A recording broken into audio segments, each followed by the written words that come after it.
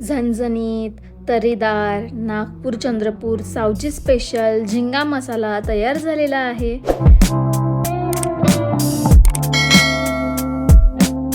नमस्कार, मी अशू।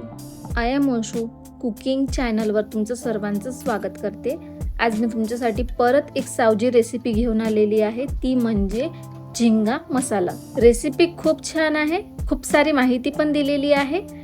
तर चला रेसिपीला सुरुवात करूया। सर्वात आधी मी इथे 1 पाव झिंगे घेतलेले आहे।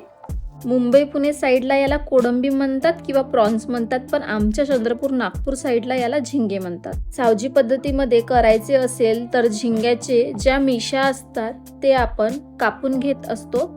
बघा, अशा प्रकारे मी कैचीने कापून घेतलेले आहे आणि अशाच सर्व झिंगे निवडून घ्यायचे आहे।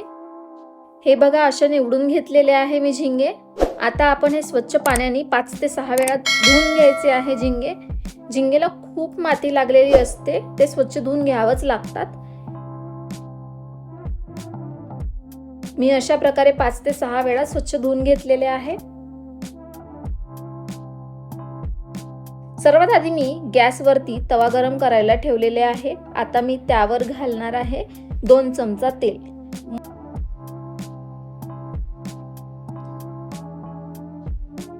मस्त असा तेल गरम झालेला आहे। आता त्यात आपल्याला झिंगे घालायचे आहे आणि छान असं झिंगे फ्राय करून घ्यायचे आहे। पूर्ण त्याचा लाल रंग होईपर्यंत तळून घ्यायचा आहे। हे खाताना खूप मस्त लागतात। सावजी पद्धतीचे झिंगे खूप फेमस आहे। तुम्ही जर याआधी कधी खाल्ली असेल त्यांना माहितीच असेल, पण ज्यांनी खाल्ली नसेल तर नक्कीच या पद्धतीत बनवून बघा।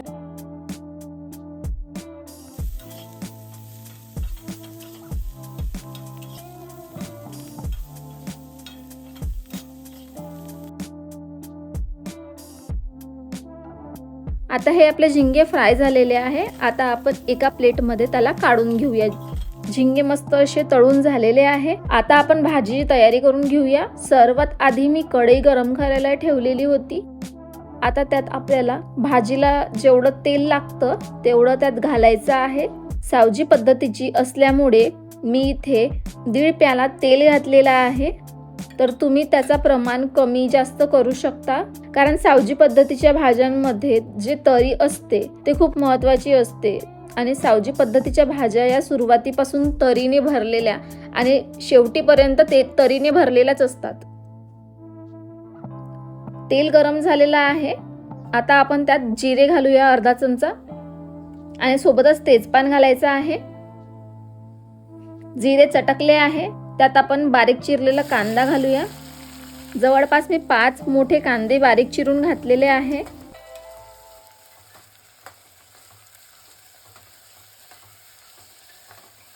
आणि आता छान मंद गॅसवरती गुलाबी करून घ्यायचे आहे। आणि मी कांदा लवकर गुलाबी होण्याकरिता मी यात थोडंसं मीठ घालणार आहे।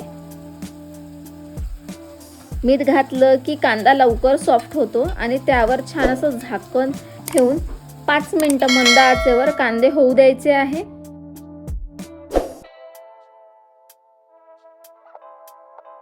कांदा छान आपला गुलाबी झालेला आहे। यामध्ये आता मी घालती आहे या चमचाने आलं लसूण जिऱ्याचं वाटण। हे छान असं परतून घ्यायचं आहे।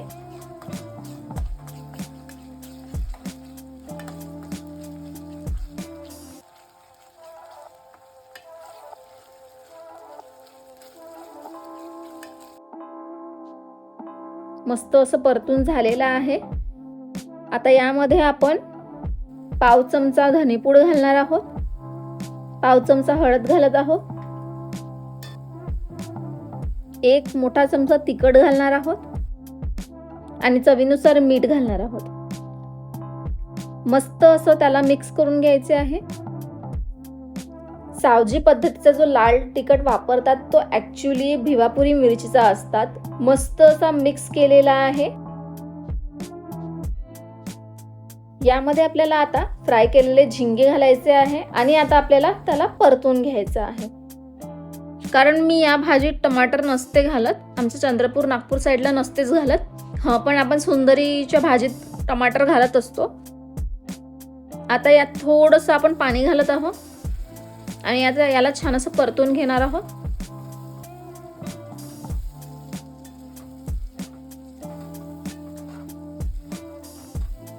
आता याला आपण 5 मिनिटासाठी झाकून ठेवूया. आता 5 मिनिटं झालेले आहे. झाकून उघडून बघूया. बघा याला मस्त असा तरी सुटलेली आहे. आता मी यामध्ये 1 ग्लास गरम पाणी घालते आहे, कारण थंड पाणी घातलं की भाजीचा टेम्परेचर पण कमी होतो आणि चव पण थोडीशी चेंज होते. आता हे छान असं मिक्स करून झालेलं आहे. आता याला परत आपल्याला 2 ते 3 मिनिटं झाकून ठेवायचं आहे, उकळी येऊ द्यायची आहे. आता झाकण उघडून बघूया. रस्सा मस्त झालेला आहे, पातळ नाही आणि घट्ट पण नाही.